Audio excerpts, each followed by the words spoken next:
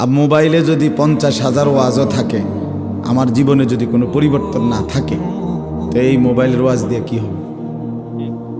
ফায়দা কি এতে?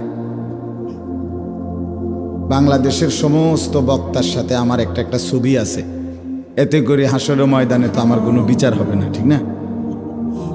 কি বিচার হবে? এত বড় ভালো মানুষের বিচার কি?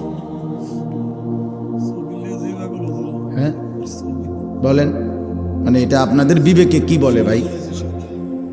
নওজোয়ান ভাই তোমরাই বলো। সমস্ত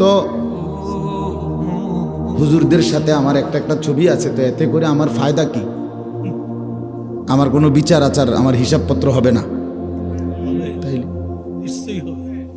তাহলে এই সহজ কথাটা, একদম স্বাভাবিক একটা কথা যদি আমরা না বুঝি, কি অর্থ আছে? এটা